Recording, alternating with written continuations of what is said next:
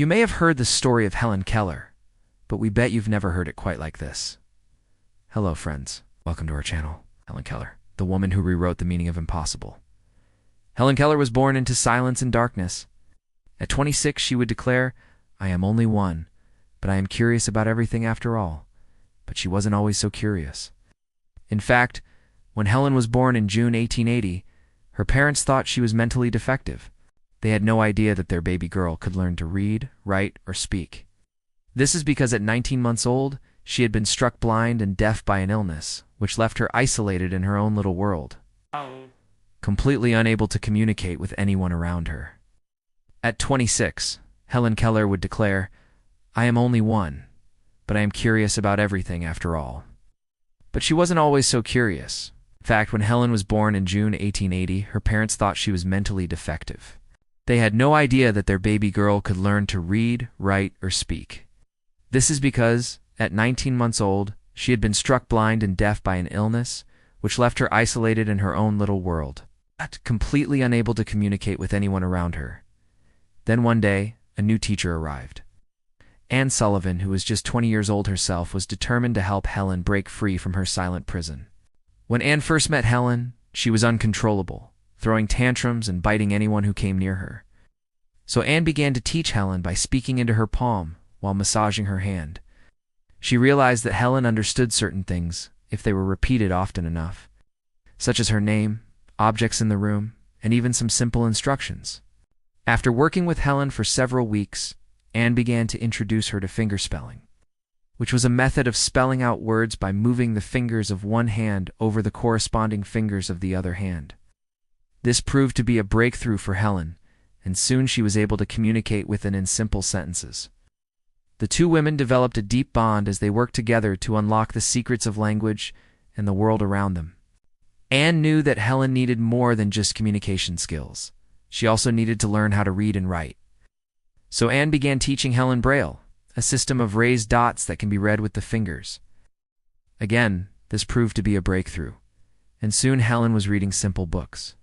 Anne then began to teach Helen how to write by spelling out words on a slate with a stylus.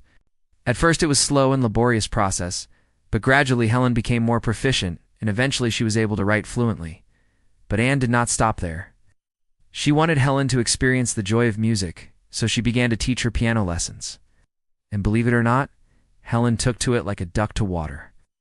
In fact, she would eventually become an accomplished pianist, performing for audiences around the world. As Helen grew older, she became more aware of the challenges faced by other people who were blind or deaf, and she began to speak out on their behalf. In 1904, she became the first blind and deaf person to graduate from Radcliffe College with honors. Upon graduating, she declared, "We can do anything the normal person can, and we can do some things he cannot."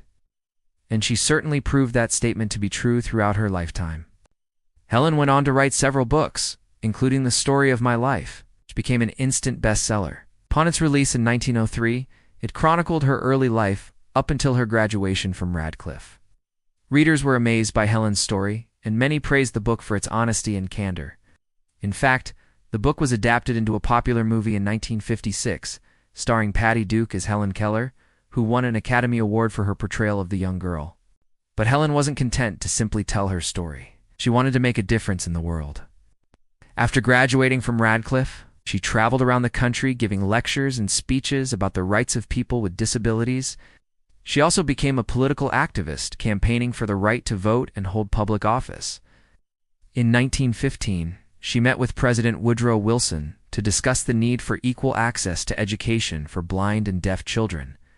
As a result of her advocacy, the Smith-Hughes Act was passed in 1920, which provided federal funding for schools for the blind and deaf. Helen's work didn't stop at the borders of America. She traveled all over the world, meeting with heads of state and dignitaries, including British Prime Minister Winston Churchill. Throughout her travels, she continued to raise awareness of the challenges faced by people with disabilities and the need for greater understanding and acceptance. In addition to her advocacy work, Helen also continued to write prolifically.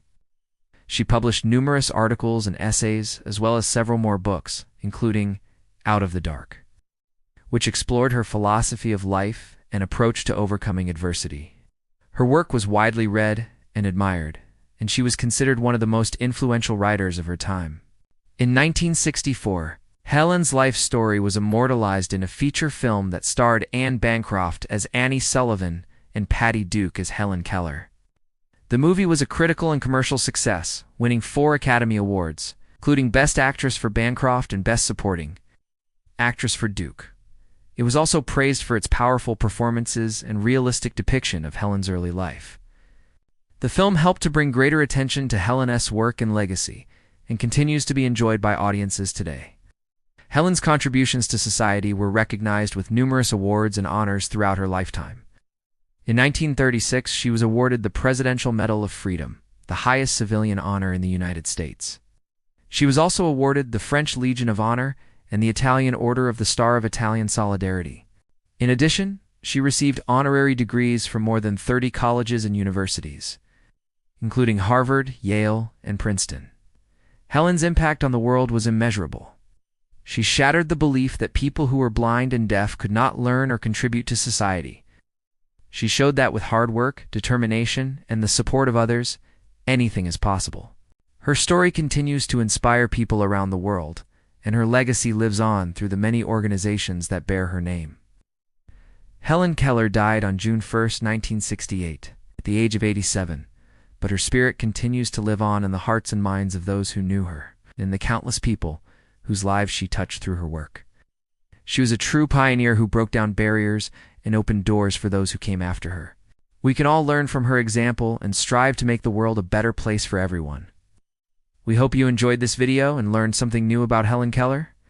If you did, please hit the thumbs up button below to let us know.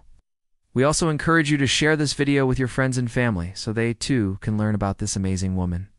Thank you for watching, and we'll see you next time. Now check out another video from us which you might enjoy. Also, if you love what we're doing and want to support us, please consider becoming a patron. Your support will help us continue to produce high-quality videos that bring history to life. Thanks for watching.